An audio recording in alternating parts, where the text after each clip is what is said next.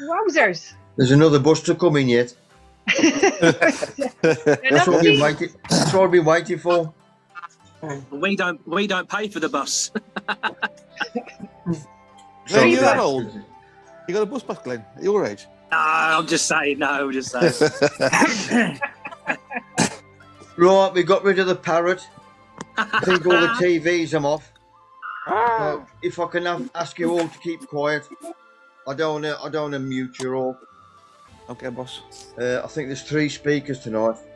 Nick's doing next week. So much cropped up. He called it tonight. That's normal life. You got a full house any road. 226 slides photos to get through. Oh. If you don't learn anything after tonight, I'd like to say you're full of crap, but I can't. So I will say you'll be doing the talk next week. As for anybody who don't learn nothing. Right, with the Zooms, I'm still learning. Meaning, from now on, no butting in when the speaker's talking. So, when the speaker's halfway through his talk, no butting in with questions. I got thrown with Colin. And in fact, if you remember last week, Nigel Coe was talking about his gladies. And then somebody asked a question and it threw him all together in the sense, exactly the same with me. If you remember that solution he was doing to clean his corms, he never got round to tell you what the solution was or dilution rate and everything. Because somebody butted in. So when the speaker's on and going through all their slides, if there's any questions, you wait till the end of the talk. In fact, when I go out and do my talks, that's what I tell everybody there. Any questions, you wait till he's finished. All understood? Excellent. Yes, Yep. I'm Brendo.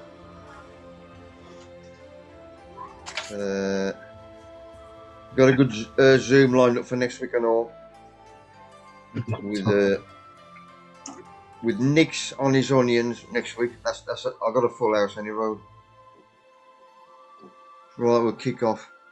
Evening all then. Thanks for joining. If there's any new ones, I don't know until I end it. But let's start off with this one. Right, the first slide there, that's me transferring me wires, if you don't see it on the left, because they're getting a bit big. I've got to scrub around my wires and use my canes with me onion clips.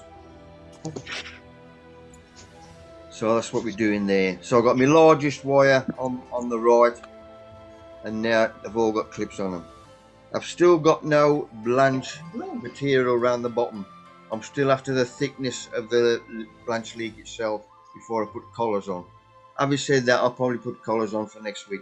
Right, top of the garden, I put these, those who've been following us, I put these wires on the new fence earlier on last year when we had the fence done, to take the passion flower along the fence, and there you see where it's died off, the old last year's growth, but it did work, and now there's new shoots coming, as you see on there. So when I do get time, I should take all the old stuff off. Hydrangeas up the back of the back garden on the right hand side, them have started coming through. And, this little chap, I forgot the name of him. He's something like Love Lies Bleeding, something like that. He's one of them. But it's just a sign the spring is here.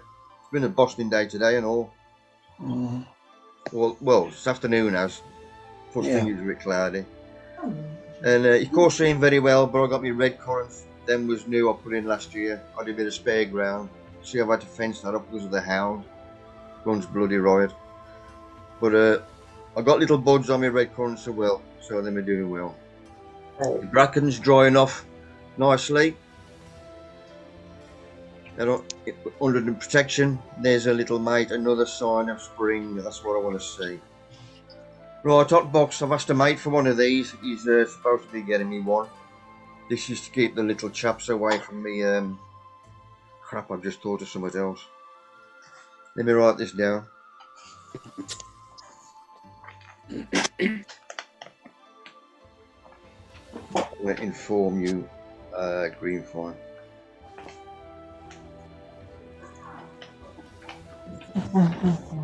Because my memory's crap, and I try to remember everything. Right, this is from the aphids in the greenhouse, and use sulphur, obviously to get rid of all the crap. If you remember, Nigel on his talk with his gladdies last week, he uses sulphur when he cuts his gladdies, just to seal the cut. If you remember that as well.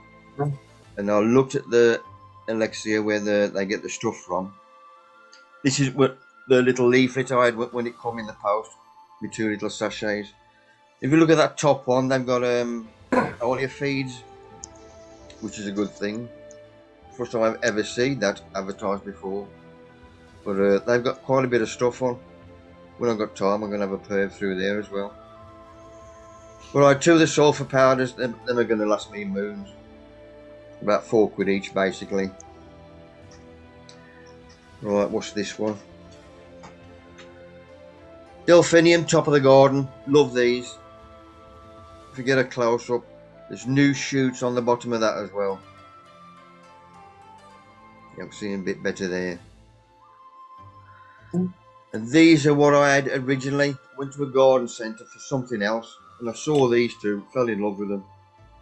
I think there was 3 left, and we had the best 2. But them bloody corkers. Obviously, them called Blue Summit. I've even zoomed in. I can't read the bloody what's it. But that was another one. One of them what I put in. Love them.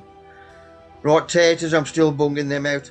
That one on the left now, he'll go into a large bag. Probably do that this week or something. And earth him up, obviously. With straw, muck or whatever. But that one on the right hand side, that spud's just coming through as well. Coriander, this is a free sample. Our little one likes it with his cooking, so I'm going to bung some in for him. Normal vermiculite on top, give him a watering, then bung him in my propagator. These 2 are ready to come out. Calabrese, purple sprouting. Cups, composting, obviously mixed with vermiculite again, and my old labels ready. And the Calabrese, I put 5 seeds in. You can just about make the top one out. He is under there,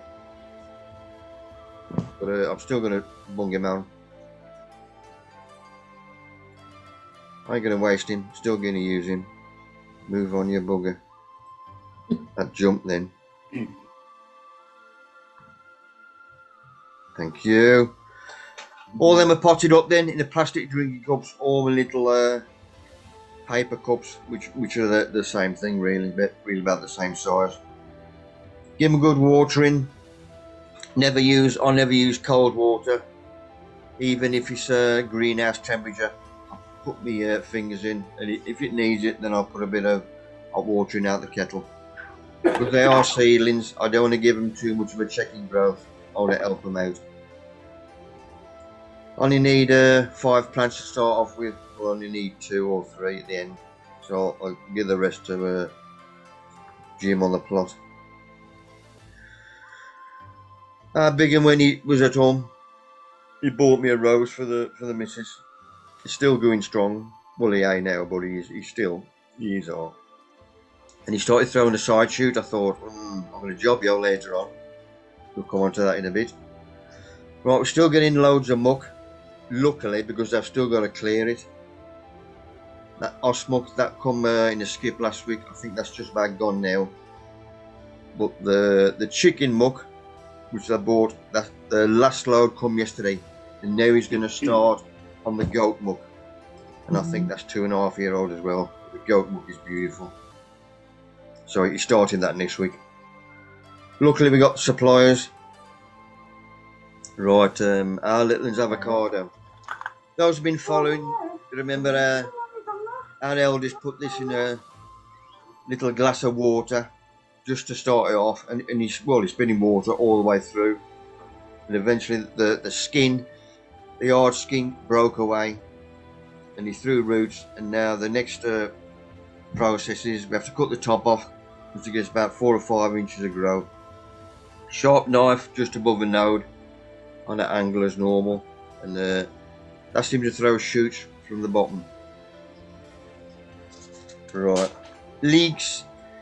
That's the situation they are now. Don't forget, these are sold in a cold end of the greenhouse, so that's 5 weeks in a cold greenhouse, and that'll be the state they'll be in now. Obviously, if you've got a bit of eating, they'll be a bit taller. But I used to do 5 or 6 of these pots, 3 litre pots, and then the spares would be for our bring and buy for the gardening club in June.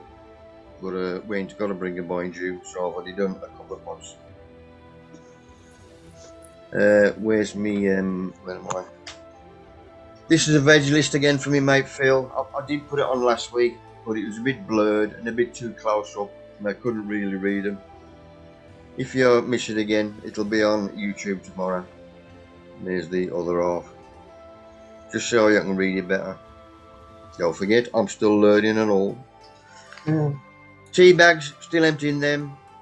Good top dressing, compost, or even to make a foliar feed out of. Composting. Over to Clive's again. Nick some old leaves off his brassicas, off his greens, as they get many. So I'm chopping them up. Another new one for me is my grass cuttings. Started cutting the grass back garden. In fact, it needs chopping again. Smaller than greens. I know you'll probably see this flower. And this is the wood chip off the pathway. This is after 2 years. This is how well it breaks down. Obviously, if there's any big lumps like that, then I'll throw it back on the path. Don't forget, this is a natural product. Use this. We've got loads of fresh wood chip. Carpets off. First carpet comes off. There's my little babbies underneath. Keep them 2 carpets moist, and there's your extra worms. Ideal breeding ground for them. Then my second carpet comes off. The droppings go in, level it, shake the extra worms onto the back of that. Because it's not summer or as warm as I'd like it to be in my compost, I had extra worms. This is the manure from heaven, which means it is full of worms. I just keep that moist, and then I throw a double handful in there. Give it a good watering, put my carpet lids back on again. Give them a watering, don't forget it's going to drain through. Liquid feeds, I've got my liquid osmuck. This is for my compost, or you can use a comfrey juice. That was off my mate Tony down here, Starbridge. He makes that for us. Or you can piddle in your watering can. That's another good one. Full of nitrogen. Right, our first guest speaker tonight, Lizzie from Cardiff. This is how. Lizzie, you alright, Tamia, eh? Yeah. Good. Right, this is how Allotment took on. Was it 3 years ago? 5 years ago. 5 years ago. This is how she took it on. And nice to see. Well, please me. Raised beds. That's what I want to see. And you can reach the middle from either side, so you're never going to tread on it. You don't. I mean, that's a raised bed as well in the sense that you ain't going to tread on it. You just top dress it and fill it that road. We should Boston. Gladioli. Nigel, I ain't got a new one here, Nigel. Oh, I'm aware of Lizzie. Nice one, Lizzie. But it's looking good. What's that one, Lizzie? Chai flower. Correct. And there it is. Is it a full-size plot or orphan? It's a 6 perch. What's that in English money? I don't know. I'll show you. No, but I just got told it was a 6 perch. Oh, ours I are don't know what 200 that square is. yards, our plots. Oh. Looking nice, I like it. Loads of fruit trees and all. Yeah, we've got apples, pears, plums. Good. That's my tomatoes. And my dipsophilia just coming. Busting. Nice little setup. Looks nice and flat as well. Yeah, it is. We've got a stream running along the back of it, so I haven't got a pond. You got fresh water. Can you get to it? Fresh water? No. Oh yes, you can. We got troughs, Oh, but we use rainwater. Boston. Thank you for that, Lizzie. Thank you. Right, let's see where I am. Right, if you can see right at the top, in front of my fruit cage, my last of my sprouts. There's one left there, that's a closer look on him. I chopped his head off a couple of weeks ago. This should have been up by now, because there's a few old leaves left on the sprout, but we'll come on to them in a bit. Right, I've just took him off. I've now leveled the manure and whatever underneath, because I did top dress it with a rabbit muck when I did the rest of the bed. Watered it and then just put the cover back on again. So that's going to break down for me. And on the left of that, the only raised bed that's going north to south is my raspberry bed. If I remember earlier on, I cut these back and then I top dressed exactly the same again with a rabbit muck. This is to protect everything because we've had some bloody good frosts. And if I look straight through, there's new growth coming up straight away. Meaning, if I hadn't put that on, and then the frost we have had, it would have burnt the tops off, like anything else that's growing new. Blackcurrant, bottom half of my plot. I'm now training this to grow up instead of out, meaning less bending, and eventually, well, I'll give myself 3 years. I'll only be able to pick when I'm not bending at all. And there's new shoots on. Well, there's new shoots on most of the stuff now as well. And if I want to piddle down the plot, then if I reach the rhubarb or the compost heap, then I'll piddle on the mat at the top of the garden of the plot. This is a deterrent for foxes, badgers, and cats, and it works. So if you see me piddling on the, you know what I'm doing. He's marking his territory. I am at all. Gotta keep your buggers off it. But it does work. Right, somebody's asked a question. I've just written it in here. I've got a photo. Yeah, there's my little mate. If you're doing a nesting box for robins, if anybody's ever done one, what size hole has got to go in the box? Anybody got any ideas? Me. It's not a It hole. has to be open front. Little Yeah. open front, about 4 inches. 2 inches. No, 2 inches. won't go in a hole like the tip boxes do. They have just a box, don't they? So it ain't got to be a hole. No. Oh. Jeffrey, is that okay? Yeah, that's fine, mate. Thank you. I would have put in a hole. Oh. Put a hole up and put a curtain up. Go look after the chaps. Right, going back to my rose. I've took my cutting off. At an angle, of course. Took all the large leaves off. And I got some rooting gel. I've had that for moons. So we've got to use it for summer. And I can remember years ago, I always put it on the outside of the pot. Anybody know the reason why? No. No, I don't know either. We'll see if it works. Into the propagator.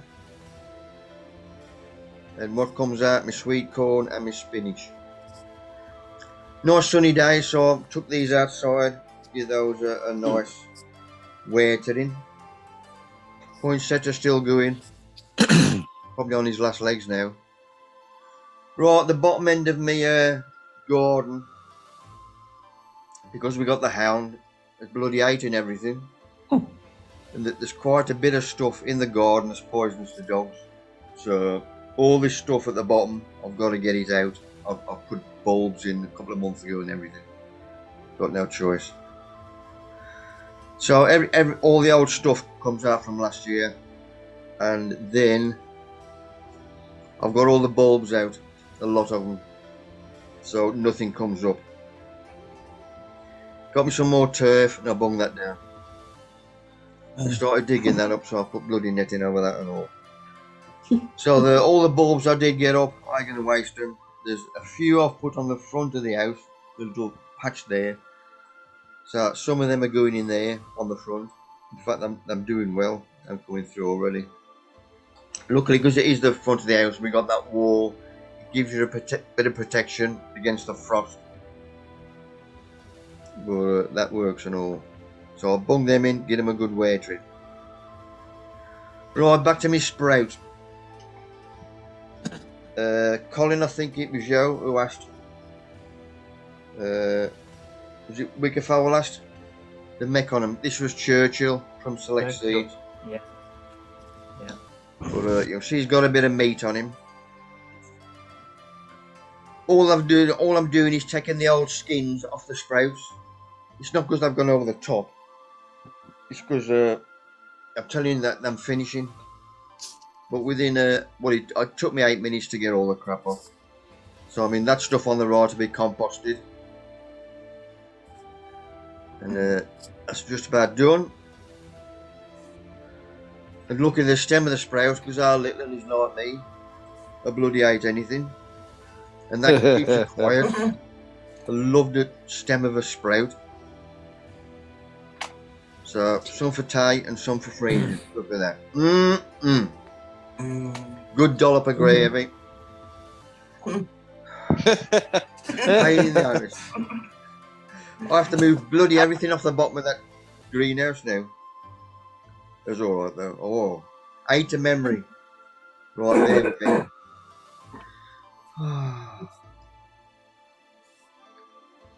Right, we're after 2 winners tonight, guys and gals. There's me up to date one. So all you that are watching tonight, all your names are on here. So I'm going to give you.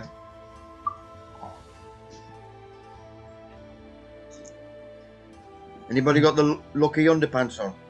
Paul? Yeah, I have. I've got them on. I'm always on. I've got none on. Nigel, that's your winnies from last week.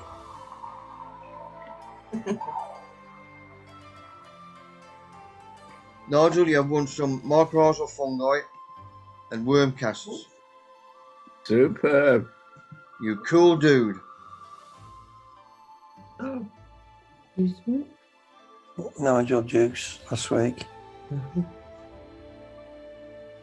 think. Whoa.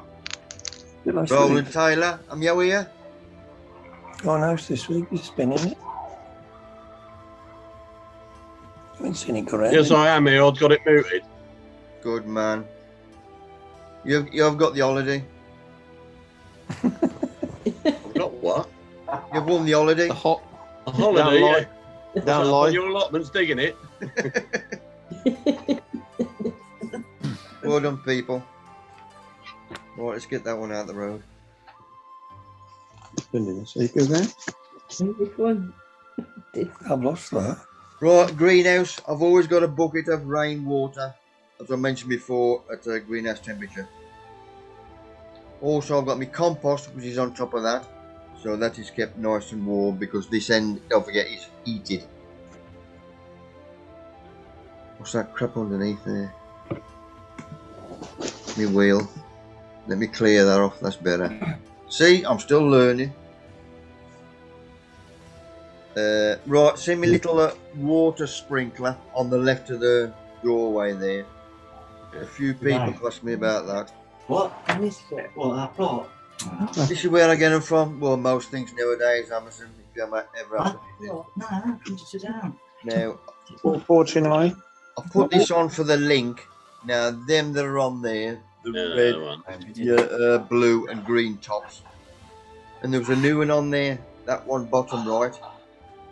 I hadn't seen that shape before, so I thought I'll give him a go. Because originally, right, can you see me arrow? Yeah. Right, them lot there, obviously I'm all from bloody China, as everything else is. But these lot, when they first come out, It was the hard plastic, like the soft plastic, like a rubber, and they didn't deteriorate. Now it's the hard plastic, and obviously after a couple of years they go brittle and crap basically. Anyway, I saw them, the new ones. I thought I'd give them a go. Sent for them, and they come, I think it was 2 days ago, luckily. So I'll give them a go, and for the small stuff, anything like this in drinking cups, it's too much. It's like a bloody shower. It's going to drown them. But it is good for anything like in a 3 litre pot, something like that. So I've learned my lesson with them. Something which somebody else have asked for is the onion clips. Where do I get them from? I think the cheapest one, I've been through quite a few, and Alexia again Gardens. There's quite a bit of stuff I have off these because they are one of the cheapest going. But you can pay over the bloody odds for this. There's some people ripping you off. So just have a nose for them. Right, if you remember last week, I mentioned our mate from Beaver Compost. And you were saying there's an email of him. We've started receiving a lot of orders following your promo on the YouTube channel. Please accept 15% discount code now to use on future orders. Right. The code being Compost King 15. Available on online sales channels on all products. This is for everyone, but there's a limit of 50 users. Now I ain't put this on anywhere else, so it's on here tonight. So if anybody's interested, let me give you my I had a ton of spent mushroom compost last year for our trading sheds. This weren't from these because I didn't know about them then. And I paid 105 quid 80 for no 89 sorry 89 quid for a 100 litre. Don't forget these is 1400 litres for them. So if anybody's interested, give him a tink. And it is less than 100 quid. And I paid that last year. Right, over the past week we've had a few different groups. People are buying compost from different places. This one is B&Q. They're moaning about the compost. That there's even stones in it and bits of wood. And this is another one from Morrison's. If you get 5 bags for a tenner, it's telling you there's crap. And there's twig stones and everything lumps in that as well. I can remember at least 20 odd years ago, I used to have Umax for our training sheds, and which was a good brew then, the compost. And then all of a sudden we started getting lumps in exactly the same as this. And the government, for trying to get people to go off using peat, they told all the compost growers or makers that can use an alternative to peat, and the alternatives was crap basically, and I'm still doing it now because they've had permission off the government. So I'll be careful when you buy anything.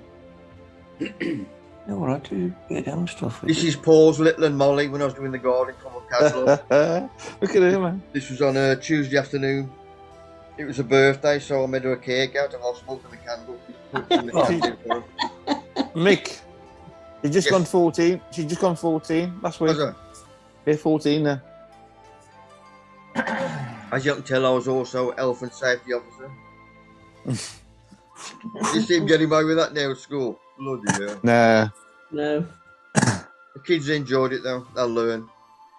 Right, from me exhibition shallots going out. Was it last week or week before? I think it might have been last week. This is the first watering. This is 2 days ago. They've had since they've gone out. Meaning when I did plant them out and water them, I want them roots to leg it down and start looking for water, meaning them working. If the water's cold, I put a bit of what's it in, and I'll give them a deep clean spray, aphids, anything about as well. Obviously with the sun off them. Gerard, this is my sidekick. We've just having a delivery of 1 ton of basalt rock dust. We've been having this for a few years now. It is one of our best sellers in the trading sheds. This is why, if you haven't do it, this is why I buy bulk. And we're just having a delivery there. He legs it so far with it on his little runner. You can see where's my arrow? You can see where he's wheeled it in as far as he can, then the wheels dig in, and that's as far as he can get to our trading shed. Luckily, we have to get this on a morning when you take piddling down, because we have to then transfer that into the shed by a bucket for busting stuff. And this is our next speaker. Jenny, are you ready? Yes, definitely. Right, it's all yours. Get going. Right, okay. Are you putting the slides up, Mick? Yeah, just give me a kick when you're on the next one on. Yeah, right, okay. Well, that last one we had up was the last time, I don't know if you've got the last one there, the last time you and I gave a presentation together. Does anyone guess when that was? 2018. Oh, bless. No, it was actually 2016. It was the Edible Garden Show. It was, they used to hold them in February, March, and they were excellent, but they stopped holding them. However, that's when that was. Full house. What a crowd puller you are, Mick. There was an all. Yeah, so just next. mention there, I've got the Caslon kids there, because we got the schools involved, didn't we? If you remember. Yes. Remember that, Paul? Yeah, I was there. I had a day there. Great. Met Jen and yourself. Now, yeah, I've got them numbered 1 to 17, but it doesn't really matter. This one's, that one would be number 16 you've got. Have you got them numbered 1 to, are you just going to throw them up, Mick? Well, I thought I got them in order. Yeah.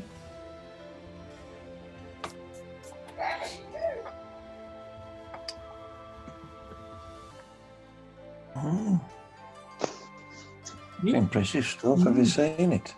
You see the what is called in it? Well, I'll just talk them as they come. Really, it doesn't matter. Mick, shall I do that? Yeah. Yeah. Okay. Well, that's you having a look at the rock dust, and we get it from 1 or 2 quarries around the country. It was just one Scottish quarry, and they say don't give the name of the quarry, Jennifer, because they're busy making their stuff for the roads and all the stuff for agriculture. They're putting through me, agriculture, horticulture, and it's a very ancient rock, as you'll see later on. Yes, and when I say ancient, it means it appeared on planet Earth a long time ago. But there's another. Can I ask a question, Jennifer? Yes. How deep do you quarry it? Well, I don't honestly know. Hang on, Jenny. Sorry, Jennifer. Sorry. Can we have the questions at the end, please? Yeah. Yeah. Otherwise, you're going to throw them. Yeah, I've never been asked that one before, and that's a good chance of a throw, and I can have a think about it. But anyway, the big point is it gets freshly crushed, it drops into the back of the lorry, and it gets driven straight for bagging. So I think it means a lot that it's really freshly crushed. So that's what it looks like. So next. Right, now here's the age of the earth, and this rock, when you talk about rock being how old is it, you think, well, what do they mean by how old is it? And it erupted onto planet Earth 360 million years ago. And I love to think about the fact that when this stuff came onto planet Earth, there wasn't even vertebrate life on the planet, and it stayed there locked up as a rock until it's blasted, crushed, and it goes straight into our garden. And I don't know if you've been watching that series recently. So David Attenborough, A Perfect Planet, and he said that volcanoes fertilize the planet, and that is so right. That's ultimately where it comes from. I know soil science can get very, very, very complicated, but this stuff has got it's been scientifically tested. It's got all of the minerals and trace elements required for healthy growing. Now, it's got no nitrogen, because nitrogen's not a mineral, but it's got food for nitrogen fixing bacteria, etc. So it's a very ancient rock, and that just shows even before the dinosaurs and everything, this stuff came onto planet Earth. You get it crushed into the back of the lorry, bagged, and then get sold. Okay, Mick? Coming next. All right, that's a really handy picture. The weight of rock dust, it's very heavy stuff, and you'll find when you buy it from the catalogues, etc., because it's so heavy, it's not like mycorrhiza. You know, mycorrhiza is lighter than your envelope, but this stuff's really heavy. And a good way of measuring it, a 500-gram yogurt tub will hold 1 kilogram of rock dust, and that you can use that as a spreader as well. So if you think it's not the really big yogurt container, it's not the really small one, it's the 500-gram yogurt tub.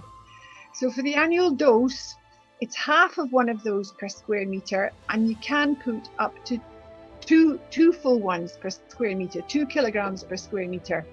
But I reckon if you haven't used it before, you want to get going, one of those per square meter is what's needed. Okay, next. Yeah, that was going to be the first slide. That's remin. And just to say, if anyone ever talks about remin, you know, say no, it's remin. It's short for remineralize. Remin volcanic rock dust. It's certified by 4 of the organic certifying bodies. The one at the top that everybody knows, the Soil Association. SOPR is the Scottish one, but the SOPR have members in England. It's not all necessarily borders, you know, north and south. Organic farmers and growers, and the bottom one is the biodynamic one, and these are the guys that are in tune with the moon. The permaculture biodynamic, it's certified by them, and that bottom certification, it's worldwide. So that means you know, you've got organic growers can only use certain products. So it's approved for all of these, and that bottom one, it's approved worldwide. And the bottom logo, just so there's no confusion, the bottom logo was the original one. That's actually the silhouette of Loch Nagar, which I can see from the office. But I joined forces with Agralan Limited a couple of years ago, and they've redone the logo so that you know, I want to see both running at once. So the top logo is the new one that's on the new bags. So next one. Yeah, they both mean the same thing. Yeah, right. Okay, well, I put some slides to show that they're as good for flowers as they are for vegetables. And this is a lady that lives in Bankery. She's actually the wife of the local printer. And I didn't know she was using it. And I was down seeing Alistair to pick up some more printing. And she just spoke up from the computer saying, Jennifer, that stuff's really great. And I was, do you use it? And she said, yes. And these are the pictures I got from her. And she gave me a lovely quote. She was told she had the best garden in Bankery. Somebody gave her that compliment. So I must admit, I was really impressed when I saw that, along with the washing. So that's, and you see plenty of flowers in there. The sweet peas going above the height of the shed. Right, next. Okay, it's really random, but why not? As well as adding a top dressing to the soil, the rock dust is great for putting on your compost heap. And I just last year during lockdown, my husband's made me 3 lovely boxes, but I just did an open compost heap when these pictures were taken, and that's me emptying out my kitchen caddy. And it was a case of each time you add a new layer of green stuff, just give it a few handfuls of rock dust. And if you're doing that every day, you know, just now and again, like every couple of weeks, give a few handfuls of rock dust, and that feeds the microbes, the soil life, and the pair of them together helps release the minerals. So that's the end of my garden, or the side of my garden. Right, next. Right, that's me spreading it, and I've got a niece who's a photographer, and so that's me dressed up a bit smarter. That's just showing spreading it as a top dressing. And I find an old plastic cup is absolutely ideal. And you know, it's not an exact science. You just, when you think about your 500-gram yogurt container, you just get that over one square meter. So that's me just top dressing. Next. Yeah, Now, here's an important one. If you've got a 50 or 60 litre bag of compost, a standard bag of compost, a wheelbarrow is an awful handy thing as a mixer, as well as for mixing your compost. What I do is I empty one compost bag into the wheelbarrow, and then one 500 gram yogurt container, mix that through with your bag of compost. Mick, I don't know if you use more or less than that, but if you're planting out any fertilizer, we've got 2 fertilizers. There's 2 commercial lines of compost that are using rock dust. One of them, and you'll find it on Remen Scotland on the online pallet shop, is Bathgate Horticulture. Their Champions All Blend. They're now mixing Remen. They've got it printed on the bags. And the other one is, oh my goodness, am I going to remember it? Wow. You know what? I've got a wee blank here. I think it's Thompson and Morgan, but there is a second, and there's a third lot in Ireland. Better Grow in Ireland are mixing it. So the formal compost growers are beginning to get the message and starting to mix it through. So you'll find it. I'm hoping you'll find more of it printed on your bags. Good. So there you go. Yeah, you're 1 kilogram to a 50, 60 litre bag of compost, and then just mix it through, and then fill your pots with whatever you want to do. Okay, next. Brilliant. Yeah, and spreading it from the end of a spade is just as easy. That was just an option from doing the cap, or just from the end of a spade. Right, now here's another one. He's quite a well-known gladioli grower, and he's a super guy. It's Keith Brand, and he's actually an agronomist with a leading agronomy firm. But he doesn't tell the farmers about it, and he doesn't tell anybody about it, because he says that he's winning a lot of prizes. He says if he tells anybody that, he'll stop losing his prizes. But he's sort of tongue in cheek. But he absolutely raves about Remen. It's helped him get to the top of a lot of his classes, and he's a super grower, and he's good fun. So that's just once again emphasizing. Yeah, that's me with my raised bed. Believe it or not, this last couple of years, my husband Alec, he said, well, I'm going to do the raised bed this year. And I'm very much into no dig, but he's quite determined he's going to dig the soil. He's not doing this newfangled stuff. But that's the year I did it. It's fantastic. It's a real joy. And it's being a raised bed, it's very easy to harvest. So yeah, that's just showing. Yeah, now this is the National Pot Leek Society guys. They use it, and he says it's great with the tomatoes, and it makes them really pest free. And this business of the plants growing bigger and stronger, we think about it. The health of the human race, there's no doubt about it. And of course, there's COVID that's especially bad at the moment. But before COVID ever came along, there was cancer and there's heart disease. And what it is that the way we're growing things, each time we take a crop out of the soil, a proportion of that is your minerals and trace elements.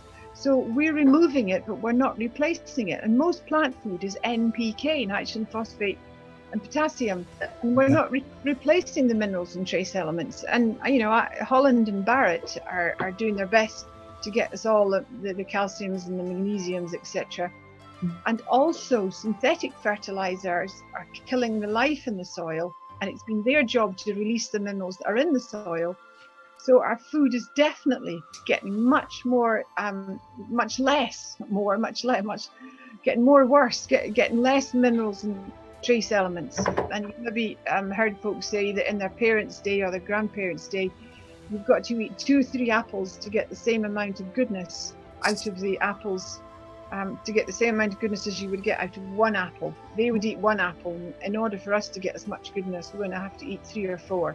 So there you go. I mean, I'd be pretty proud of those tomatoes. So next. That was going to be my last slide. That's the kale. It's everlasting kale. And believe it or not, there's a story with that one. It grew so big, it actually got the same height as the plum tree, and it blew over in the wind. It snapped in the wind. And I was quite distraught about this. And I am in touch with Charles Dowding, because he gave me those 2 original plants. They were just 3 wee plants that he gave me. And he said, well, Jennifer, take a cutting. And I thought, oh, right, because I had no seeds. So I took a cutting and they're now growing at the other end of the garden. So yeah, that was just, you know, I said, kale you can hide in. So that was going to be my last slide. So next.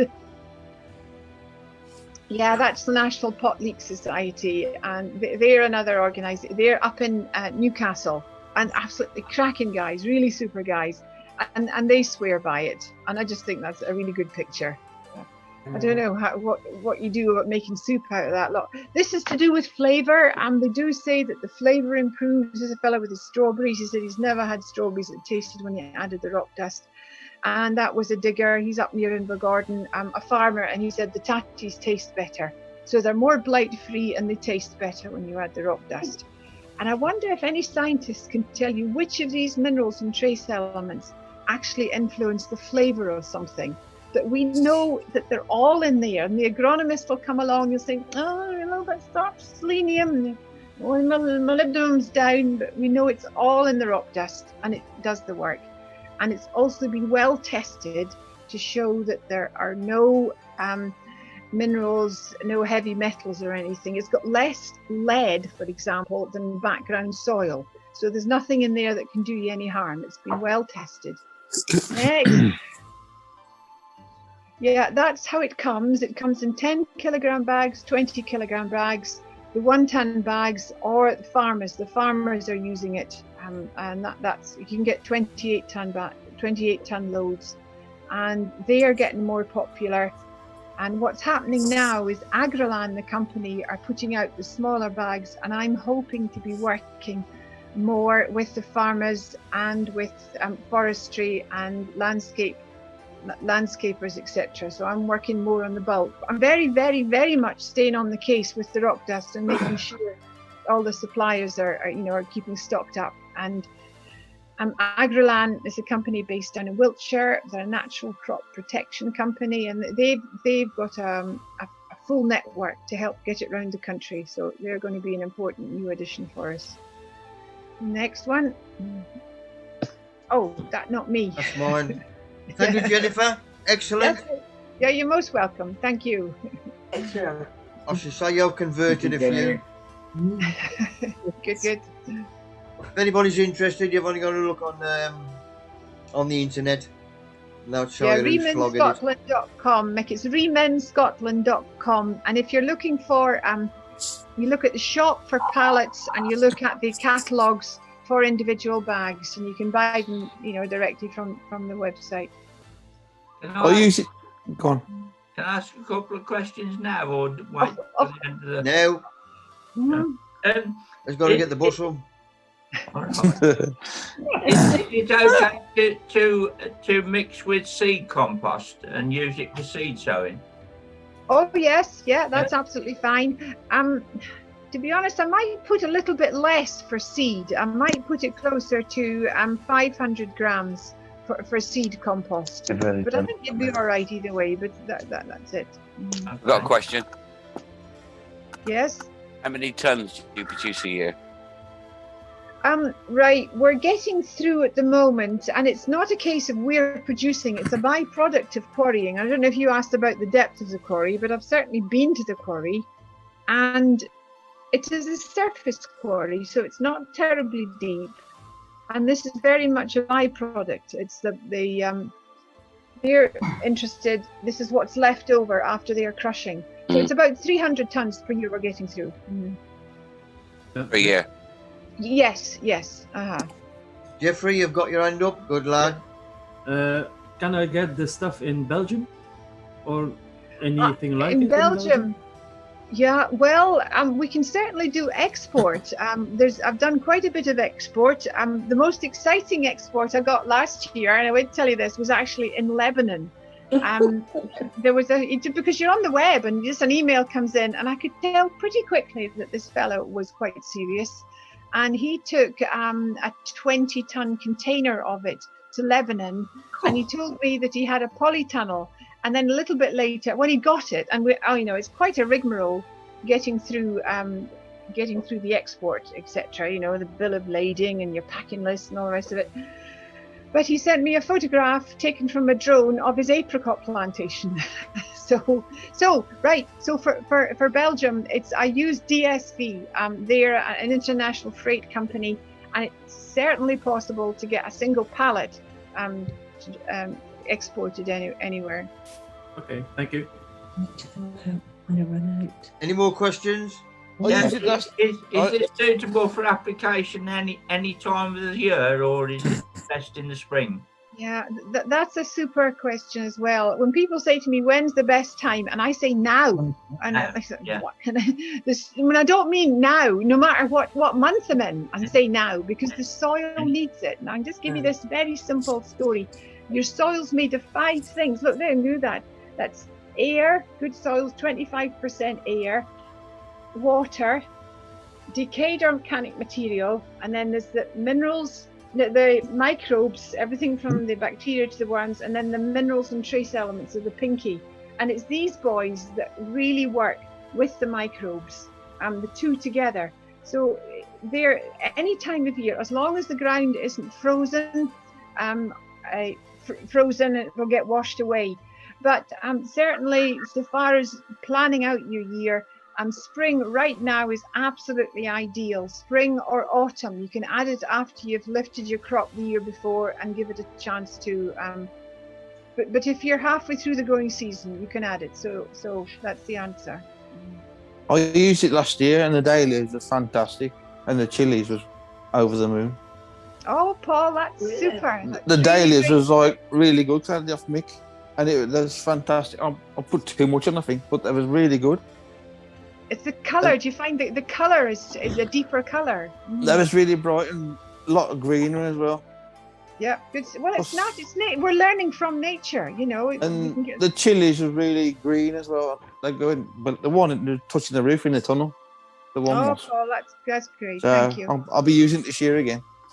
Good stuff. Good stuff. I gotta get my order from Mick first. 10 kilo, Mick. Oh. Get it from Mick. You'll get your best price from Mick because he you know, he's got his 1-ton bag and he just. Just to let everybody know, I use the rock dust every week for my composting. A double handful of everything goes in, all my natural ingredients, and a double handful of rock dust goes in with all my composting mixes. Yes, plus all my raised beds, the top's dressed with it once a year. And that is usually at the end of the season. That's when it's finished. But it's good stuff. If it weren't, thanks, Nick. I wouldn't be bloody using it. Any more questions on the rock dust? Austin? You just said. Lizzie, you got a question? Yeah, how much is the smallest sack of it? What price is it? Surely, well, you're getting it from Mick, but the standard price is £8.99, £9 for a 10-kilogram bag. But then if you're getting it off a catalogue, you know, it's £1 or £2 to get it sent to you. But that's buying one bag, and it is going to be into more garden centres this year. Everything's just been shook up a little because of COVID. But the idea is via Agrolan, they use the wholesaler Deco. And it used to be that the garden centres all had to buy a full pallet. But thanks to Deco and Stacks, 2 big wholesalers, the garden centres can take a few bags in. So please ask here, well, you know, you get it from Mick if you can, but just to do me a favour and ask your local garden centre, you know, and you're using that Remen. Remember Remen. Okay, right, enough plugging for me. Thank you. Thank you. Lovely. Cheers, Jenny. Thank you, Jenny. Right then, back onto my slides. One other thing before you go, a question for Jenny. Nick, Nigel. Last one, Nigel, get going. Can you put it into like a sack and dunk it in water and make a tea out of it as well? Use it as a foliar spray. That is a really good suggestion, and it's something in the fullness of time. All of these things, you can definitely use a foliar spray. And, you know, I'd love to be able to say you've got a water barrel, and I can see it in my head to have a sack with a pad-eye in the corner and just to have it hanging in your water barrel. But all of these things, yes, you can do, and a foliar spray. And there was a greenhouse up in Orkney, and she had a terrible bother with green fly. So I said, well, what to do is get a drinking bottle with one of these non-return valves on the top, just an ordinary drinking bottle, and she mixed the rock dust in and just dashed the whole lot. And she phoned and said, yeah, I got rid of the rock dust. I think maybe stunned them, but yes. Thank you. I suppose to try that, Nigel. You've got my brain going there. Foliar feed. Lovely. Cheers, Jennifer. I'll Good on hang you. about and have a listen. I want to hear the rest. You are. No, I'm just telling everybody else. No more bloody questions. Right, back onto my lot. This is a photo I saw a couple of years ago. Working with nature. Nature will win every time. If you can work with it, you'll get on better. And then, for my book, which is should be out a couple of days' time, which I'm quite into it. I wanted to do my own, but because that photo I couldn't use it, obviously, because it was somebody else's. So I did this photo myself, and that's me shaking hands with nature. Good that, isn't it? Eh? I like that. Yeah.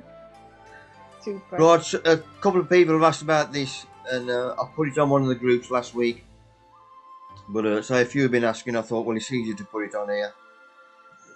Basically, coal greenhouse or a coal tunnel, multi-purpose compost mixed with vermiculite. Then you sow thinly, just use carrot seed from Wilco, and that's 2 I use. Then you sow monthly, and once you get going, you can pick your carrots all year round. This is a coal greenhouse. Round the case. So them 3 there are different monthly sowings. Obviously in a warm greenhouse. So them are ready to come out. That's just splitting, getting the lot out just to show you how many you get in a tub. Don't forget, none of this is touching the soils. It's multi-purpose compost. So there's no markings on the carrots because they're not touching the acids in the soil. And just being multi-purpose compost and nice and clean.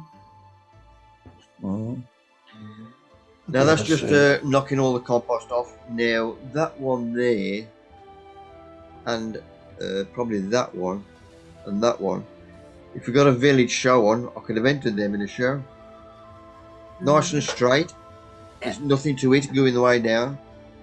Try not to let them dry out. It's the only thing with anything in tubs anyway, they dry out so quick. But everything I do grow in tubs, exactly the same in raised beds, I top dress with straw. But these lot, the skins are that thin, there's no need to peel them.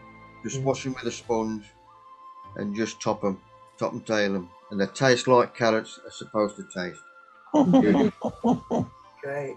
Right, in the last week, first time ever, we've had 4 new plot holders.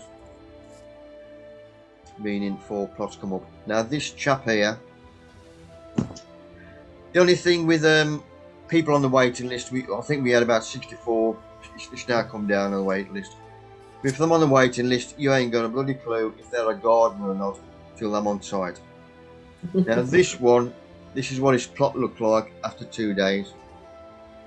He is a gardener. You can tell straight away. Yeah. Some of me they'll bloody see for weeks. And he's cleaned it. Now if you look there in his little shed, he's got a carrot. So we'll close up on him, and that's him. He looks bloody frightening, he does. He's pretty scared. But he works. If somebody sees him, they're going to crap themselves. This is 3 plots up. This is somebody else had a plot. Now this was in the right state. And by the time I got down there, this was 2 days after, and I took this photo. Meaning they'd done that in 2 days. This is what we want. Bloody gardeners. And we're getting them slowly. So less work for me being bloody chairman. Right, I'm getting all my foliar feeds ready. Now the spring's coming. This is somebody else's plot with they've cleared off. And we're just clearing this. Couple trimmed it last week, and you see the raised beds underneath. I mean that's ready for them, and there's a shed right behind me here. I've left that as well. So whoever has this plot have got a good plot. And what they got down here, comfrey, meaning that's started. Paul, has yours started shooting yet? I haven't looked, Mick. I'll have a Monday. Get in yours, house. I'll have a look tomorrow. Keep some for my compost. Also, nettles have started growing as well now, so that'll be another ingredient. Don't forget, all these are full of nitrogen. Make your brews out of them as well. Right, my old dear, who I dropped the papers off to. This is where I nicked the bracken from for my composting. I noticed a rhubarb in the back garden. I says, has it ever had any muck? She says, no. So I took her some moss muck down, bung that round for her. So we'll have a pair of that next year. Amazon, oh. Oh, yes. Oh, yeah. So I got my proof, I've had it read through, and there was just one discrepancy. We sent that away 2 days ago, so that should be out very, very soon. But I should be bunging it on it. Is that a big new book for real? Is that your proper published book? It is, I'm on page 3 as well. That's Boston. In fact, I'm bloody everywhere. Well done. Right, yeah, there's a couple of minor adjustments that should be ready in Amazon in a couple of days. My Compost King group, anyway, who's ever on that, I'll bug it on that. But 84 pages, all in colour. When I'm on I've been on again this morning for half hour. On different groups I'm on. People are asking questions. People are coming in and just saying again, well, I've never grown, but I would think, well, Jesus wept. Every time I answer a question, I put a photo on, meaning the photo is proof. That's the proof of the pudding. If somebody's just spouting off, you ain't got a bloody clue. So, I've got background interference. Do you want to get some? Right, so every page has got at least 2 or 3 coloured photos with proof of what I'm doing, and it works. Mick, are you getting some to sell yourself? Yes. Good. Because I've got to use them for my talks. For my talks Good. pick up again. Signed copy then. There's Rushin again. Nicked a bloody egg box out of the greenhouse. But it kept him quiet for a bit. Right. The hound likes sweet potatoes. So I'm going to nick the little one. Put him in a tray. Multi-purpose compost. Half bury him in. Water him. If you don't want to do that because it's going to take time, you can get the plants now, plug plants. There's quite a few places flogging them. As you can see there, Sutton's, Thompson Morgan, Marshall's. I'm all now doing the plug plants. Years ago that started doing slips. Pain in the arse.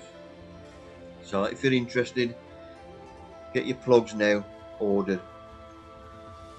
Right, this is the old, when the old man was here, in his later years, he used to send write-ups to write-ups and poems to the Black Country Bugle, 1921, which was a quarterly magazine on the old Black Country.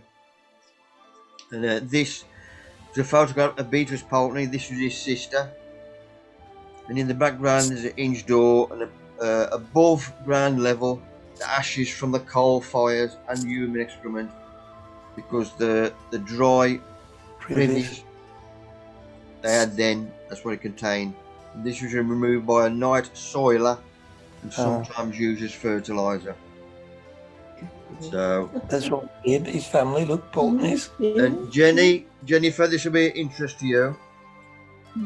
That was Beat and Alec, my uncle, that was Beat obviously, and Alec, he was Scottish, and they, when they retired, they moved back to Balmini in Aberdeenshire.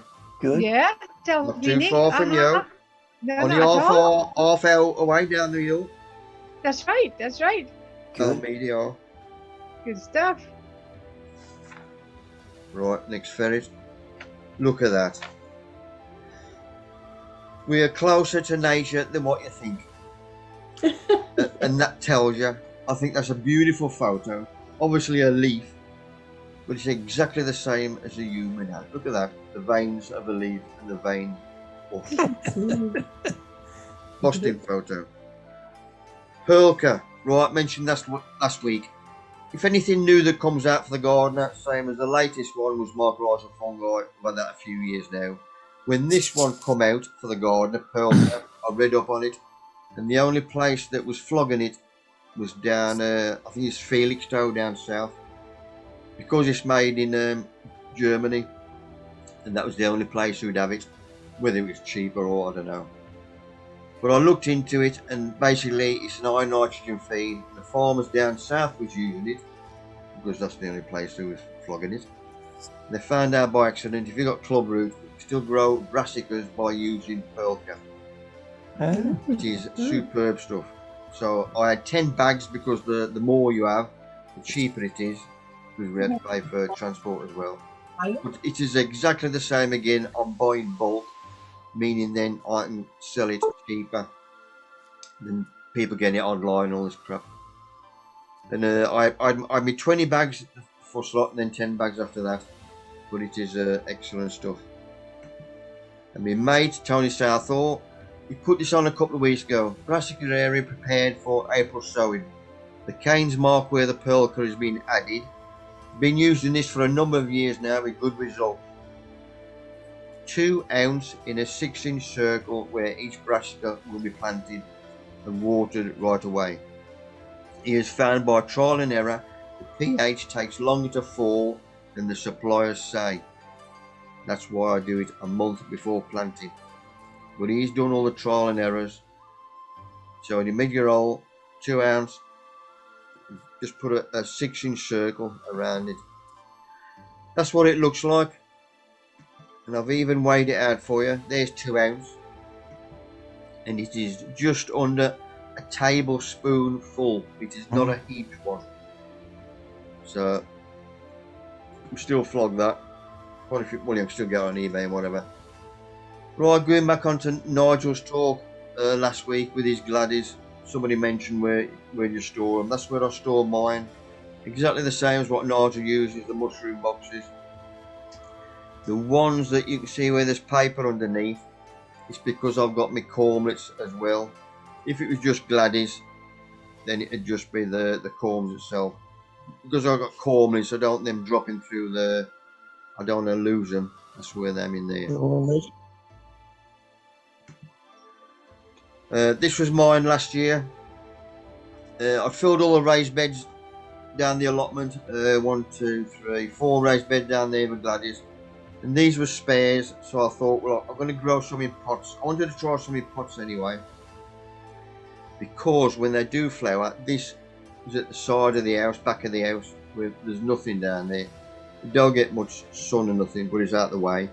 But when they do come in flower, I can then move the pot round to the patio to give us an extra bit of colour. And it works, obviously. And don't ask me any of the names. If you do, I'll just say Clive or Melvin. Esther Benita, that one was. Esther Benita, Mick, the one Boston. before. Boston. Good name. With the British Gladioli Society as well last year on the Facebook, their group on there. They had a virtual show, which was good for me. And I put quite a few on. So there's my first bed there that I started off. A week later, this bed, and then this bed a week later, and there's one bed at the bottom. This is all trialing, obviously. If our show would have been on, I'm trying to get them to flower for our show day. But it never bloody works. But everybody's in the same boat anyway. But that was a corker and all. Just shout out Nigel if you know him, or anybody else. Try the horn? Yes, that rings a bell. But it's beautiful red. I like the different colour throats on as well. But I loved him. And these multicoloured, I like them and all. And I don't know what you call them. Is it a ruffled leaf petal or? Pretty fairy.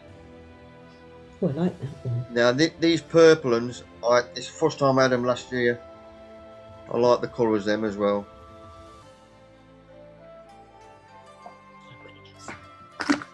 Singular Beauty, is it, Nigel? Mixed with my He's a corker, he is. Boston Whiting.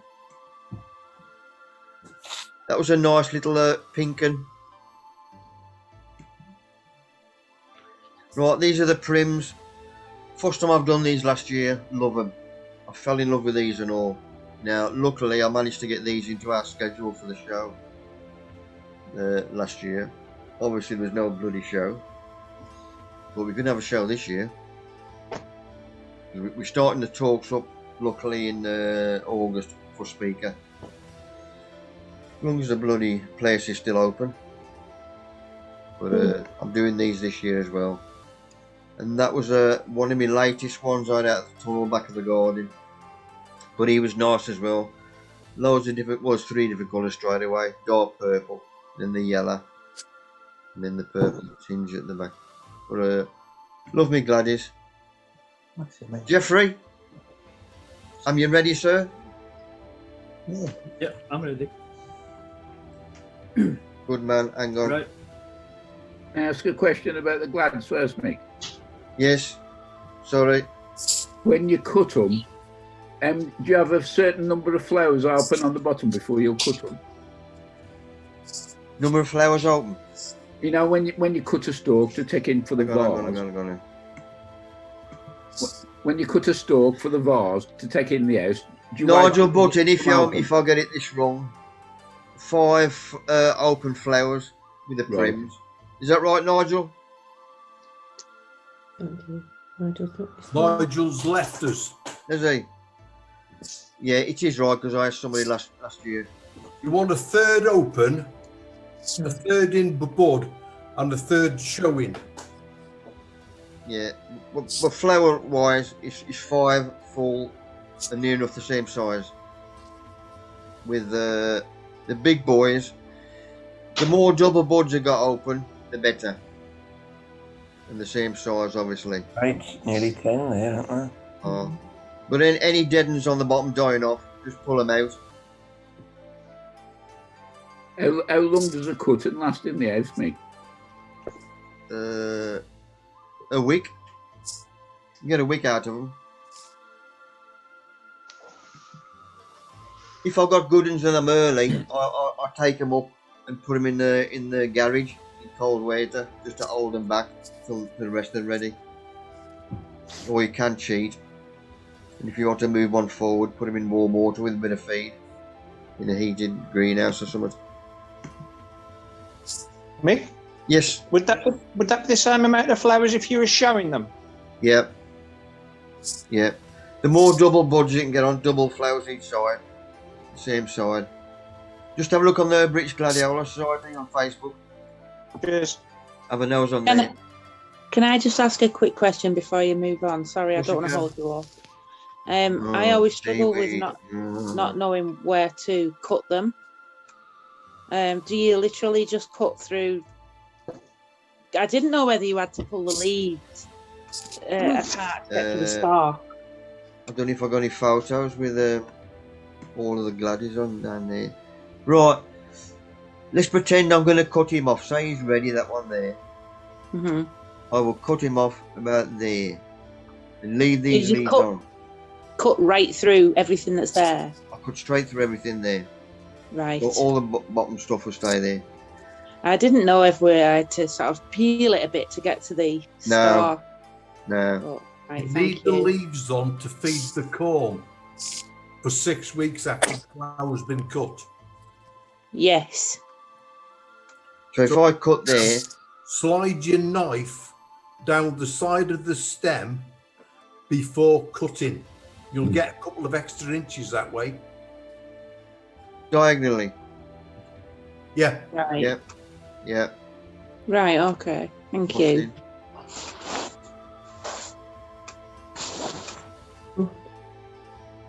Any more on Gladys before we move on? Right, that third speaker, this is Jeffrey Stafford from Ostend in Belgium.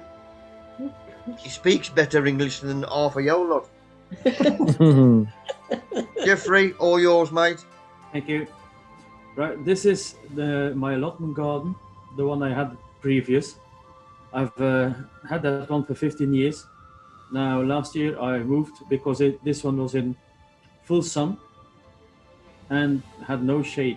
and it dips down. So where the shed is the back of the garden, and that's about half a meter to a meter deeper than the front of the garden.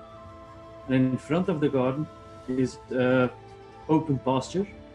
So when the wind comes from the south, it blows directly into the garden, and it's like a wall behind there from all the trees and brush that's there, and it gets too hot, and I couldn't stand it anymore.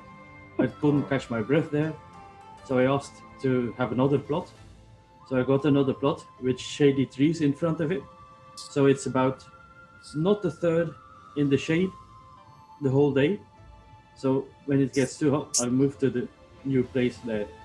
But this was the old garden where I used to grow the TPS through potato seeds, and that's what I'm going to talk about tonight. Next topic. Right, these are TPS berries. They look like little tomatoes, and they grow on nearly every potato. If you let them grow, you get the flower. After the flower, you get these. But not all varieties get them.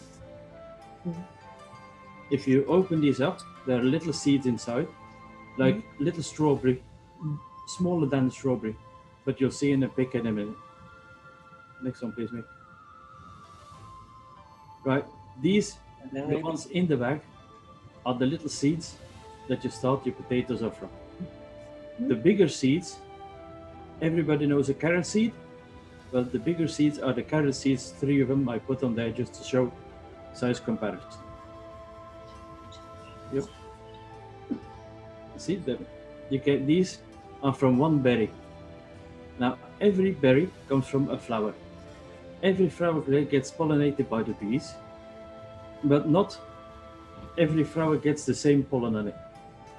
So from one potato plant, let's say you get 5 berries.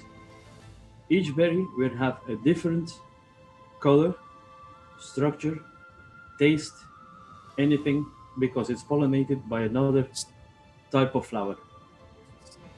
So if from, like, let's say from Quattro bluebells is one seed, and you can get a blue potato.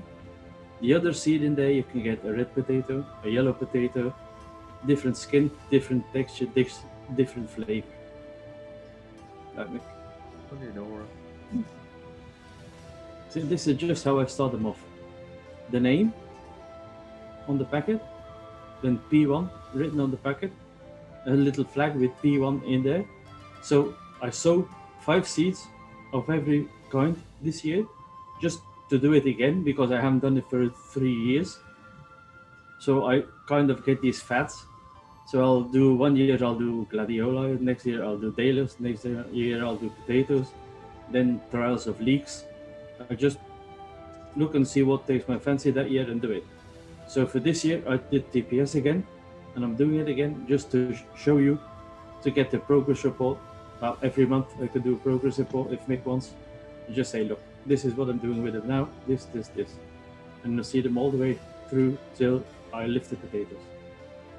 Even when I taste them, I'll show them to you. Real good idea, Jeffrey. This is Quattro Blue Blood. This is, like I told you, like if you get 5 berries from one potato, they can all be different. So Quattro Blue Blood was a red potato, red skinned, white inside, creamy flesh.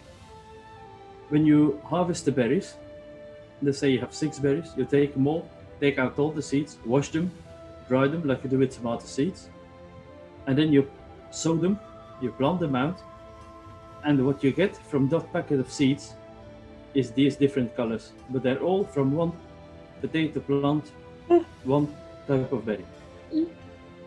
And that's the interesting thing about it. You never know what you're going to get. Long, flat shape. That's a selection of the harvest that you get. That one was from 3 buckets of potatoes, individuals, from a, what's the name? Maroon bells. So you get all the difference, and they can be soft boiling, hard boiling. You can use them as new potatoes, as anything. but you get a different selection every time. Yeah. And these with the seeds, I said again in 2017, I think this was 17 or 18, where I sowed them like I did this week, last week. But these are the seedlings coming out. After this stage, what I do is pot them up individually, but still with each little tag. Like let's say you've got a P25 there.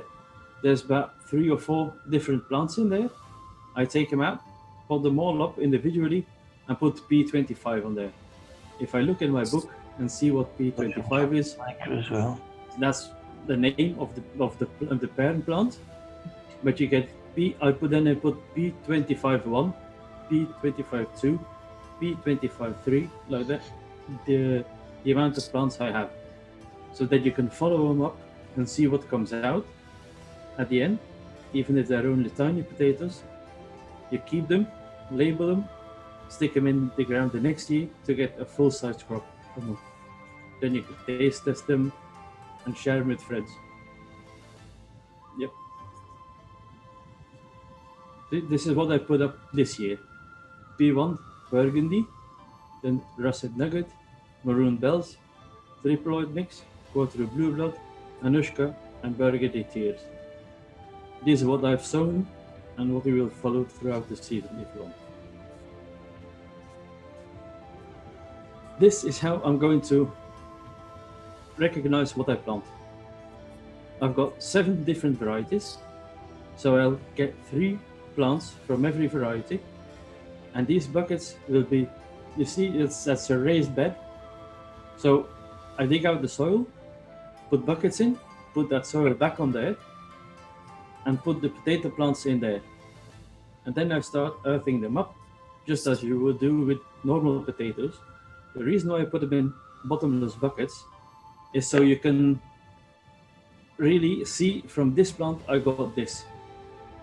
It's nothing to do with getting them higher or more soil on them, or it's just to know, because it's dry, you need to know, look, from this plant I got this. This is the type of potato it is, the waxy one. Is it the boiling one? Is it colored? Is it good? Is it not good?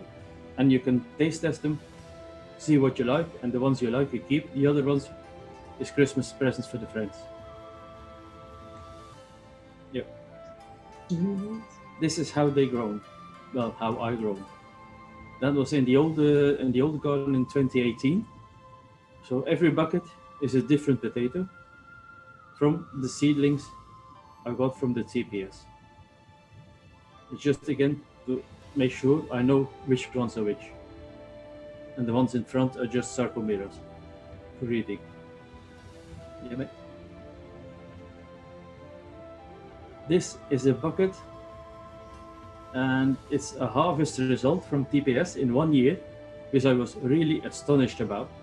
Because normally you get about, if you sow them in February, you'll get about, maximum growth you get is about egg shape, an ordinary hen's egg. But this one, for some reason, went stonking away, and it was just called Purple Delight. And I got it from Tom Wagner from America, because he came to Belgium to do a talk in Hand for TPS seeds, and he also did the talk on tomatoes for us. But this one kept going. It was blight resistant. It tasted very good. It was a creamy, white-skinned inside, because I actually thought it looked like, I think it's Aaron Victory you have in England, but I'm not sure. But it looked like that, and it was really stonking big potatoes, because you can see another potato in there wouldn't have fit. Yep. This is just to show, there's a group on Facebook that does potato flowers. So they kind of say every potato has a different flower, and it really is true. But it's just to show how simple delight you can get from a flower. Nobody stops and looks at potato flowers. I certainly didn't before. So they're also they smell nice. They're very pretty scent. Yeah. But I didn't look at the potato flower before I did this. And so when somebody said, look at them, look at the shape of them, they're all different. So, no, they're not. So actually I said, oh, they are. I'll take a picture, put it which potato plant it is, what type of flower, what, and it really is amazing what results you can get from it. You can even cut them if you want and put them in the vase at home. Yeah. They don't last very long though. No, it could be.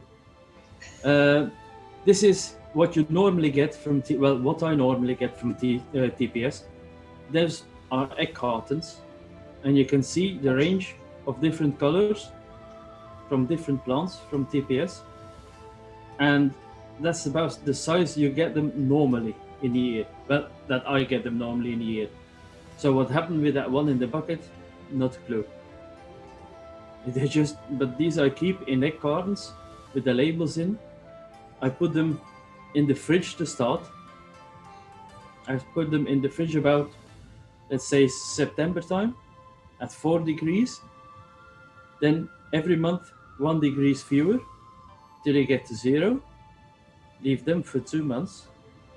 Then I start up 1 degree, up 2, up 3, up 4, and about February time I get them out, put them on the windowsill and let them sprout. Now, unfortunately, you always will have a few that have gone too far, that are too dry to replant. But as you can see, from one plant you can get about 10, 20 little seedlings, little potatoes to plant. Right. Mm-hmm. This is what you can get from those TPSs, and also from potatoes you can buy now from garden centers. I think in England you can get them as well. I'm not sure. I hope so. But here we have in the Netherlands there's somebody called Vreken Zaden. I'll put it up here if you want. And they've got about 150 different kinds of potatoes with all the descriptions of them in the list, and you can switch it down at the bottom left hand corner. You can switch to English. So if you want to read which parentage the potatoes have, what they taste like, what their color is, if they're creamy or if they're blight resistant or if they're not, or early, second early, that's all in the list there. But this is just potatoes I peeled, cut into chips, deep fry them. That does my chips for the night. So you can just cut them like ordinary crisps as well, wafer thin, deep fat fry them, chuck some salt on it or whatever taste you like. But just when you have guests and you put fries on the table like that, or mashed potatoes from the red ones, from the purple ones, they just go, what the hell? It's kind of The children are very disappointed because if you make mashed potato from red fleshed potatoes, it comes out pink and it looks just like strawberry ice cream. Yeah, but it's really disappointing. I had a few children that wouldn't eat the potatoes, so they got these for me. And I said, look, give them to special spots. Yeah. And they love them because they now call them, they've 15, 16, 12, 15 and 16 now. And they were about 8, 9 when they tasted them, and they went, oh, for me always the purple potatoes, for me always the red potatoes. So they kind of loved them. And that was their Sunday treat, colored potatoes for them. And they still eat them now if I have any left. Right. See, that's from one seedling again, from Round Blue Aberdeen. I think it's Andean. I think it's from the Andes. I don't know. I got the name from Tom Wagner. So I'm sure it's Round Blue Andean. I'm sure it is. The way I put them in there is just from one bucket. You get one colored potato from the TPS you sow. So it's just the same as the other ones. You get 3-4 colors from the seeds you get. Yeah. This was one crazy year, like it says 2018. If you see in the middle the potatoes in full ground are just the Sarpomira eating potatoes for me. Every single bucket you see there are 52 buckets. Was a trial test for TPS the second year out. So in 2017, I sowed them, followed the seedlings up till they got the little potatoes, put them in the fridge, took them out February, planted them about May time. But in every bucket, to see if they were blight resistant or not, I put one Lady Crystal, which is an early potato here in Belgium. I put the Lady Crystal, which is the most susceptible potato to blight we have here. So if there's even a little bit of blight, early blight, late blight, Lady Crystal will catch it. So I put one Lady Crystal in and one of the TPS grown potatoes. And every time one got blight, I wrote it down, said got blight this date, lifted when the potato next to it got the blight as well. So all of the potatoes that were TPS were less susceptible to blight than the Lady Crystal potato, which is known for its blight resistance here. The Sarcomeras got no blight. And that was a test as well, to see what the Sarcos did. They got no blight and got potatoes about 300 grams from them for one potato. Yep. These are potatoes from the internet you can get. These are more the Peruvian kind of potatoes, but we can't get them here yet. You can get them in Spain, but you'll see on the next slide there's all different shapes, knobbly ones, round ones, oval ones. So this is what you can get from potatoes. These are called wild potatoes because they're in Chile, Peru. They grow the original potato there, and the potato was brought over from there to England and to Europe. So these are really the forefathers of the potatoes. These grow wild, but the ones we have are kind of domesticated. But I would love to get TPS to grow these. Yep. No, that's what I sent Mick about a year and a half ago. But it kind of got lost in the post. So this is what I promised Mick for all of you. Dahlia mix from 2019 seeds, Foxglove seeds mixed, and a tomato called Jersey Devil, which is called a paste tomato. It's one that's used for sauces. It's really pulpy, but has a heck of a good flavor, and it's long, oblong, about 4 to 5 inches long. So I sent the seeds to mix to kind of give away to you all. Well, I'm on that one, Jeffrey. I just come in the post. Jeffrey's been on to us for yonks, and you had my little parcel yet, obviously with the seeds in, and it come about 10 days ago. I couldn't believe it. He couldn't believe it. Meaning, I've now got them anyway. But if anybody is interested in any of them, just send us a stamped addressed envelope, and I'll send you some seeds out. If anybody's interested. And there's the Jersey Devil, just to show you what they look like.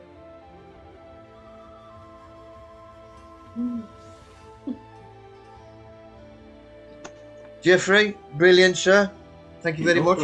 Lovely pleasure. Amazing. I've never known anybody growing a tater from seed before. Never heard of it. Do it. It's really fun. It's you can't do it if you're depending on having a crop of potatoes to eat.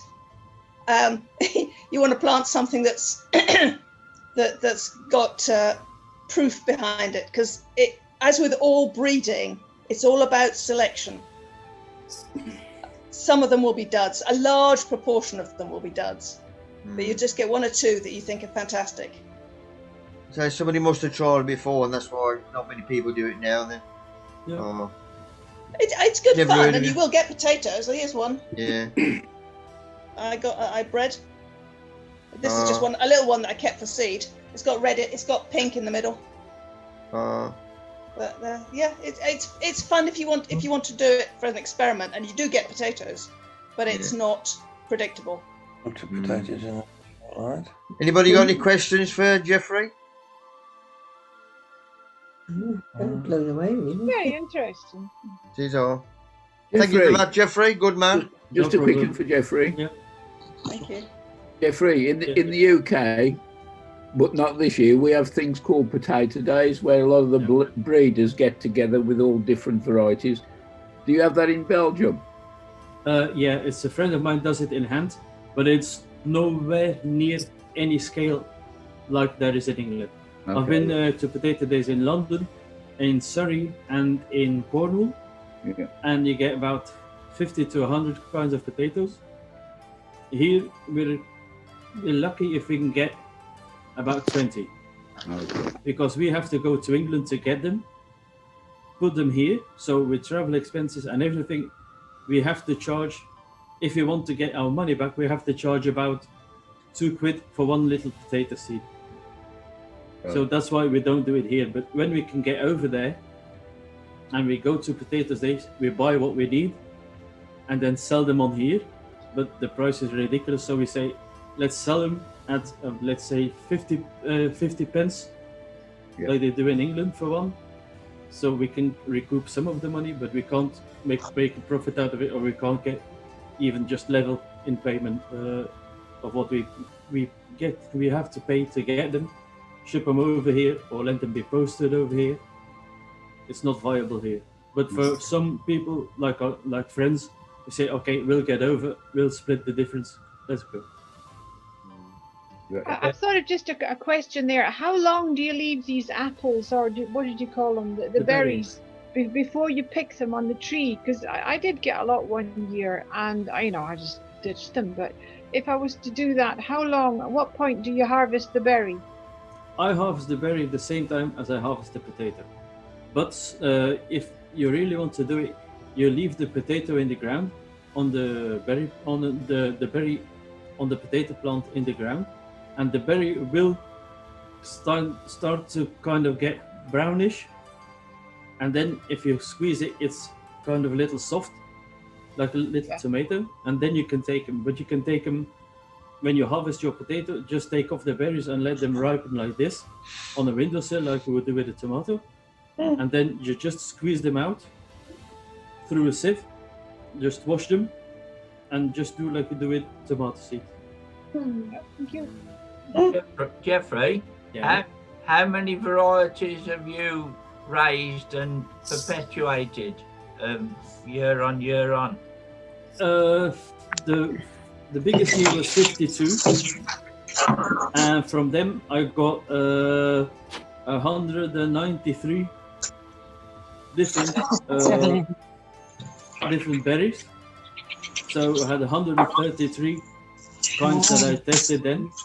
And then I sent some back to America, to Tom Magnet. And then a friend of mine in England as well got some berries. Then even in Iceland, got some potato berries from me. And they've all kept them going. And they're doing really good. Oh, good. Yeah. But it's not commercial. It really is just experimenting. Just seeing what comes out. It's like when you sow a dahlia seed or a flower seed, it said mix on there. So what you get is a surprise. It's the same with the potatoes. So it's just fun to see on a plate. You say, good color. Lovely. Cheers, Jeffrey. Thanks, Jeffrey. Very interesting. Good man. Right, next we're on to my sweet corn. If you remember, I bought some of these. What's the Right, coming these out. As you can see, these here, these have got some superb roots on them. They always have sweet corn. Set the tank a little. Normally when I'm picking a seedling up, I pick it up by the leaf, but because they are thick stems, you're okay picking the stems up because you're not going to crush them. I've still got me loads of plastic, the paper cups, so I'm using them. Save me buying some Plazians. All I'm doing is holding the plant upright as I fill them. Then I earth up, cover all the stem again till the leaves start separating. So all that root, that stem I have buried, I want new roots of it, even more roots. One little chop at the end, that was that weekend, but he's still getting bunged out anyway. Right. Clover, I mean vermiculite, that is mixed up. Ready from, these are going from a 1 litre pot, these will be pot leeks, into a 3 litre pot. That is the next jump size up. Nice white thick roots. If you water the 2 days before you plant on, when you take this lot out, that lot will stay together. If it's too dry or too wet, it might fall apart.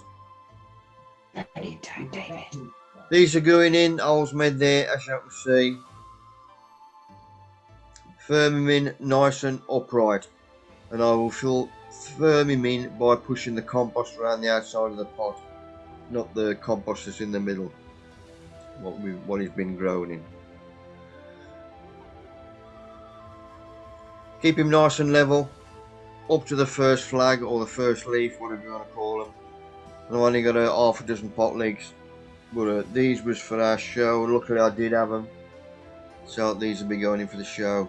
And we've got a class in the pot leek section for pot leeks, normal pot leeks up to 6-inch blanch, and then we've got a super pot leek class for 6 to 8 inch, because we started off and it's hard to get pot leeks with some strains up to 6 inches, and there's that many people who grew pot leeks and then they couldn't exhibit them, so we bought a class in, so if they were over the 6 inch they could still exhibit them in the super pot leek class from 6 to 8 inches, and then if they're over 8 inches, which is the intermediate class. So we got all size leeks covered. So originally, you'll see I'm watering there with a fine hose. Once that's soaked in and covered all the compost, then I can use a larger hole. But all these lots are given a good soaking till it starts coming out of the bottom of the pots. And these are having a spray against the little chaps as well. Now that thing I wrote down earlier on, it was on, what's that, ITV, 5 o'clock, Bradley, what's the program called? The Chase. Yes, there was a question on there, some of you might have remembered it. It was talking about aphids, and green fly are born, that's it, what aphids or something are born pregnant, and it was bloody green fly. Really? That's why you can't get rid of them. They're born bloody pregnant. That's bloody bad news for the gardener. I thought that'll be good for you a lot. I should have took a photo on him. So that's something against us. There's little horror again, nick me bloody boot. Right, my mate today, who sent me this? Jim, he sent me this afternoon and he asked me for advice. He had these this afternoon from Morrison's, meaning I'm starting sending out the plugs already, which is good news for us, because I had my a few sprouts and what else did I have? Spring cabbage. It's quite a bit of stuff I had from Lidl last year, and it was costing stuff. He says, what have I got to do with these? I says, well, we're still going to get frost and that. If you've got a cold greenhouse, which he has, I says, what I would do, don't forget, if you notice there's carrots in the middle there as well. So all my brassicas are in these drinking cups. In fact, by next week, ready for my next talk, they'll be in these lot. These are from Wilco and Poundland or Pound World, whatever you've got. But these are good sized pots, and this is what I planted out from last year, all my brassicas in these. Meaning you can have a bloody good root structure. Especially if you put when you plant him into there, put a bit of mica under his Harris and all, and he's going to go haywire. So that's what I've told him what to get there. And as far as his carrots are concerned, I've told him to get some florist buckets, and them little pots of carrots he's got, if he puts 4 dollops of them into a florist bucket, he can grow them now in a cold greenhouse, and just leave them in there till I'm ready. Because if he does plant them out, and we get a frost or something, I'm going to get a job. And this good mate of mine sent me this earlier, and he said he's slowly getting there. Mate from South Wales, raised beds.